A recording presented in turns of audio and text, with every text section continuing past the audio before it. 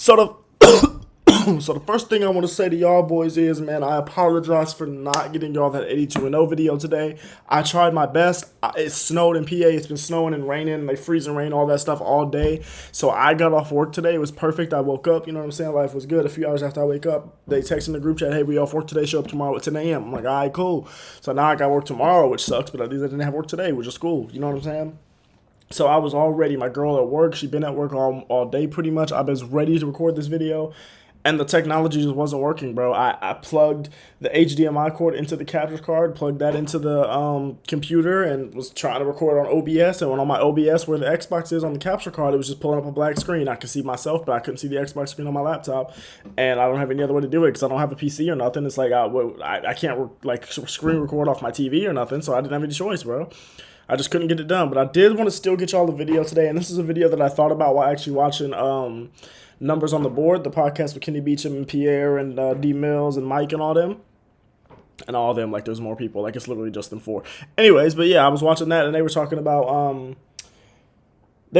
like their, what's it called? Their NBA awards a month into the season, right? Now this is a video I'm not gonna make that video because I don't want to copy them or anything. Like it wasn't an original idea. I don't want to copy them.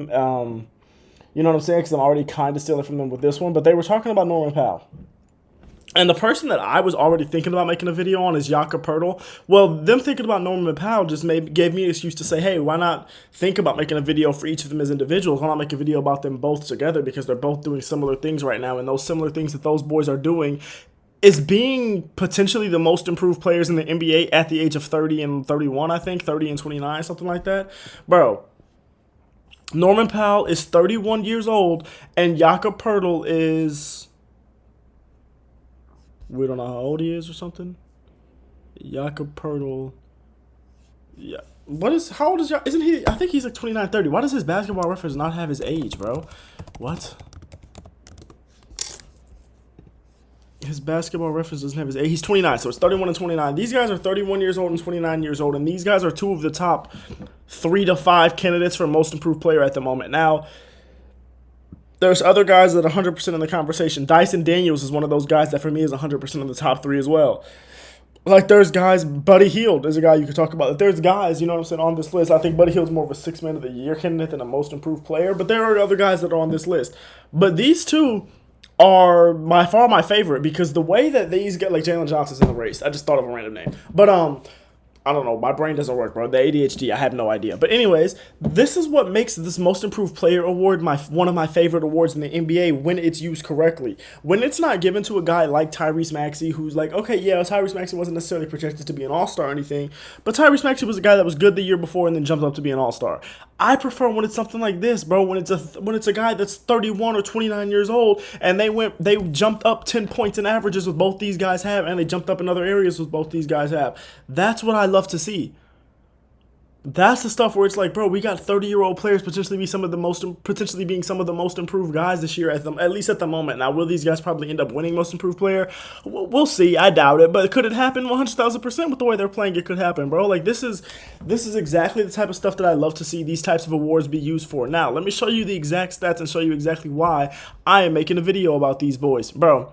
Norman Powell. Through 15 games, again, small sample size, it's the beginning of the season, all that, blah, blah, blah. Okay, listen, I'm a guy that's been a Norman Powell fan. As you can see, he won a championship with the Toronto Raptors.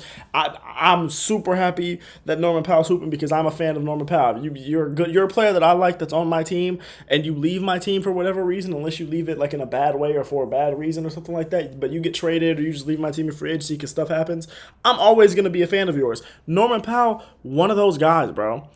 In these 15 games, he's averaging almost 11 full more points than he's averaged throughout his 572 game career. I think he was drafted in 2016, so he's been in the league for a while. Bro he's averaged that for his whole career. Look what he's averaging right now. With more rebounds, with a full assist more, with a better field goal percentage, on more shots, he still has a better field goal percentage. His 3-point percentage has gone up almost 10 points more, almost 10 percentage points more than what his average is for his career. The literal only thing down, literally the only thing down from his averages for his career that's down this season is his free throw percentage, and it's by exactly 1%. This man, Norman Powell, is freaking hooping, bro. And then you go over to Jakob Poeltl. Now, the thing with Norman Powell, right? Let's look at the NBA standings, because I'm going to show you right now.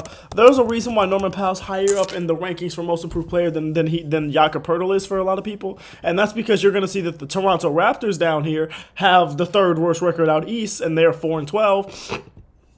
Whereas the Clippers out here are the 8th seed and are 9-7. So that's what the difference is. The difference is that while the Raptors aren't the team that's trying to win, the Raptors are a team that have a lot of injuries. The Raptors are a team that has a lot of injuries. I mean, while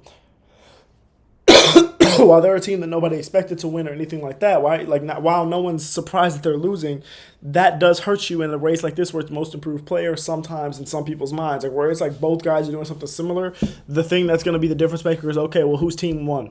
That's going to be a thing that's a difference maker, right? So I understand why Norman Powell is ahead of Jakob Poeltl for most people in that most improved player conversation. I get that. I'm not mad at that. I'm not hating on that. But Jakob Poeltl's doing damn near the same thing. In one extra game, and they've played about the same length for his career. I think Jakob Poeltl's been in the league for maybe 1 year less, or 1 year, I think 1 year less, but like he's been less injured or something like that. I don't know. But anyways, for about the same length of their career, this man is averaging, just like him, almost. Now, he was averaging like 11 points more. This dude's averaging 9 points more. Okay, whatever. But 9 points more than what he averaged on his career in points per game. Rebounds, 5, 6 more damn near. 5 more rebounds. 5 full more rebounds. Not 6 more damn near, but 5 full rebounds. I can't do math. 5 full rebounds more than what he's been averaging. A full assist more. He's shooting 60% from the field, which is down. But guess what? He's on a team where everybody else is hurt. The only other guy that's not hurt and that's actually playing super well alongside him right now is RJ Barrett. Everyone else, for the most part, is hurt.